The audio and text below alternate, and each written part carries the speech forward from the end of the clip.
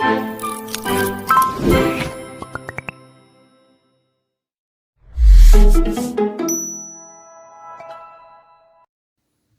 안녕하세요. 저는 ING를 섬기고 있는 백한준 전투사입니다.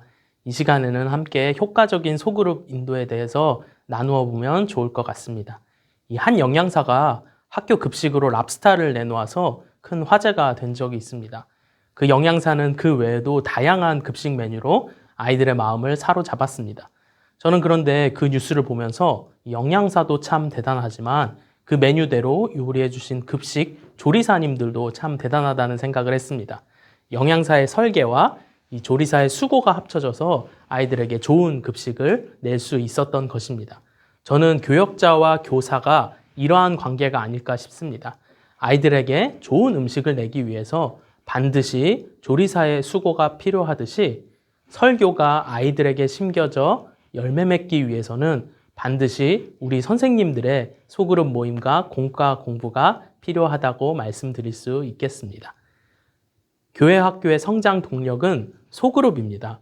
이 소그룹이 제대로 살아야 교회 학교의 부흥도 맛볼 수 있습니다. 특별히 코로나로 인해서 모두가 모이기 어려워진 때에는 더더욱 중요한 교사의 사명이 되었습니다. 교사로서 알아두어야 할 사항들을 미리 확인하고 준비하여 소그룹을 인도한다면 건강하고 영향력 있는 교회 학교로 세워지는 데 큰 도움이 될 것입니다. 먼저 소그룹 인도 준비에 대해서 나누어 보면 좋겠습니다. 성공적인 소그룹 인도를 위해서는 반드시 준비가 필요합니다. 아무런 준비 없이 교사용 공과만 적당히 읽고 넘어간다면 아이들은 그 안에서 이 적절한 배움을 얻지 못할 뿐 아니라 그 안에서 교사의 진심도 느끼지 못하게 되고 자연스럽게 교회에서 멀어지게 됩니다. 그렇다면 인도를 위해서 가장 중요한 준비는 무엇일까요? 여러분, 성경 속 생명의 진리를 전달하려면 교사가 먼저 공과 속 성경 본문을 통해서 은혜와 메시지를 얻어야 됩니다. 교사가 먼저 하나님의 말씀으로 인해 가르침을 받고 또 변화되어야 아이들에게 가르칠 수 있고 또 변화를 줄 수 있습니다. 그리고 이제는 그 아이들이 말씀을 가지고 먹을 수 있도록 맛있게 요리를 해야 합니다. 공과 준비의 구체적인 예를 들자면 이 다음과 같이 들 수 있을 것 같습니다. 첫 번째로는 재료 손질의 과정입니다. 다음 주에 가르칠 공과의 제목과 전체 내용을 선생님들은 파악하시고 무엇보다 해당 본문 말씀과 참고 말씀을 적어도 수요일까지는 묵상하시는 것이 좋습니다. 이 말씀이 하나님께서 나에게 주시는 말씀이다. 그렇게 여기고 교사가 먼저 그 말씀에 푹 절여져야 합니다. 두 번째는 이 양념 만들기라고 할 수 있을 것 같습니다. 성경과 학생용 교재 그리고 교사용 지침서를 가지고 연구하셔야 합니다. 공과 공부에 필요한 준비물과 이 시청각 자료들도 찾아보시고 적절한 것이 있다면 양념으로서 챙겨두시는 것이 중요합니다. 그리고 세 번째는 이제 요리를 시작해야겠죠. 묵상한 것과 공과를 연구한 것을 바탕으로 공과 교환을 만들어 봅니다. 그리고 실제로 아이들이 앞에 있다고 생각하고 연습해 보는 것도 좋겠습니다. 잊어서는 안 되는 것은 하나님께 기도하고 성령님의 도우심을 간구하는 일입니다. 성경을 가르쳐 주는 것은 교사의 일이지만 성경을 깨닫게 하시는 것은 오직 성령님께서만 하실 수 있는 일이기 때문입니다. 두 번째로 이 소그룹 인도 교환을 만드는 그것을 조금 자세히 나눠보고자 하는데요. 소그룹 인도 교환을 만드는 목적은 한 가지입니다. 이 주어진 시간 동안 우리 다음 세대 아이들에게 복음의 진리와 성경이 말하고자 하는 것을 온전히 전달하기 위함입니다. 그래서 교환은 전달해야 할 핵심 내용과 그 진행 과정이 중요합니다. 교사용 지침서에 있는 지도안을 참고하여 해당 소그룹에 맞춤식 지도 교환을 만드는 것이 이상적이라 할 수 있겠습니다. 먼저 선생님들께서 보셔야 되는 것은 학습 목표, 이 핵심입니다. 오늘의 성경 말씀을 통해서 아이들에게 전달할 핵심 내용이 어떤 것인지 정리를 해야 합니다. 아이들에게 알려주고 싶은 메시지가 한두 마디로 잘 정리될 수 있어야 합니다.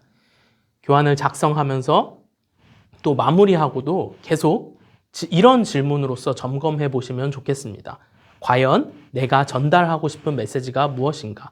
그것이 이 교환을 통해서 잘 전달이 되었는가? 네, 그 다음은 도입 활동에 관한 이야기입니다. 바로 성경 본문으로 들어가는 것은 너무 아이들에게 딱딱할 수 있습니다. 아이들의 관심을 끌 수 있으면서도 이 오늘의 본문과 연결될 수 있는 그런 영상이나 게임 등을 통해서 이 분위기를 환기할 수 있으면 좋습니다. 그러면서 자연스럽게 아이들의 살아가는 이야기도 들을 수 있으면 더욱 좋겠죠.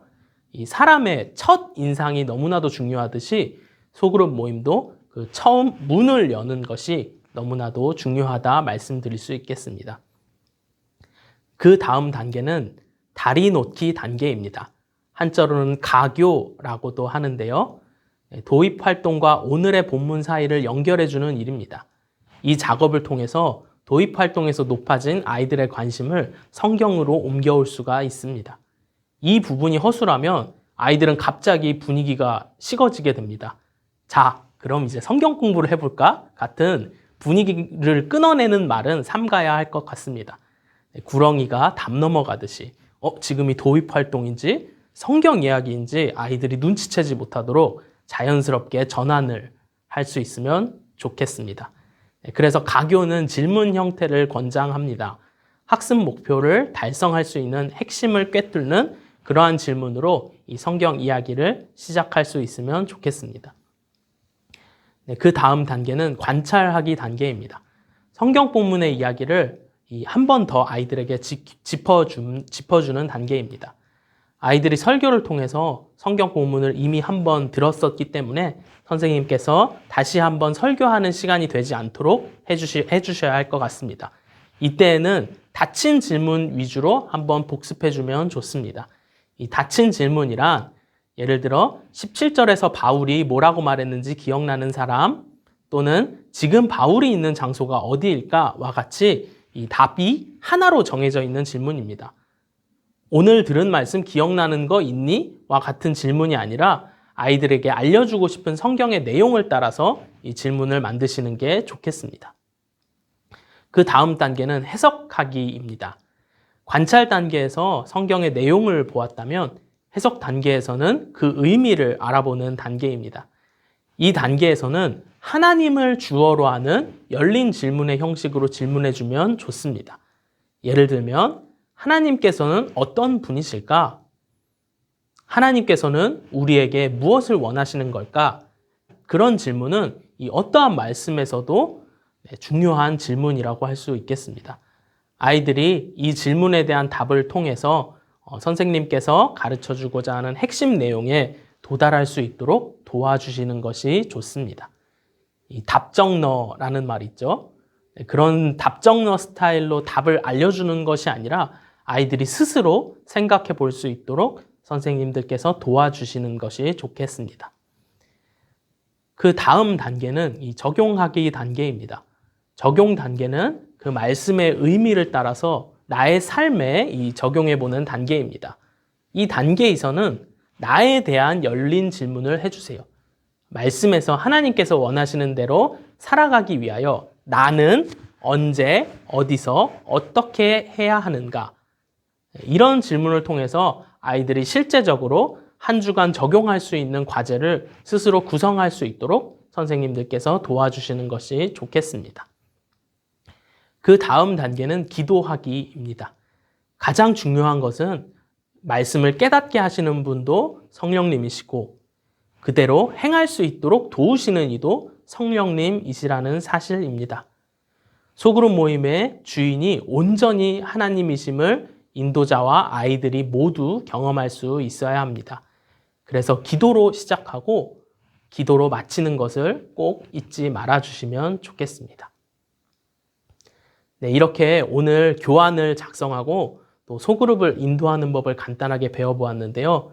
네, 교환을 준비하는 것도 중요하지만 더욱 중요한 것은 그 교환을 준비하는 교사의 다짐과 그 자세일 것입니다.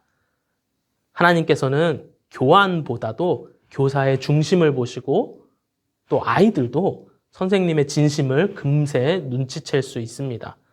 그런 의미에서 우리가 참된 교사로서 행동하기 위해서 9가지 다짐을 이렇게 옆에 띄워 드릴 텐데요. 우리가 이것을 함께 읽어보고 마치면 좋을 것 같습니다. 1. 나는 교사로 부르신 하나님을 인정한다. 2. 나는 성령의 인도하심을 믿는다. 3. 나는 아이들의 이름을 부르며 기도하겠다. 4. 나는 미리미리 공과 준비를 한다. 5. 나는 성경을 들고 가르치겠다. 6.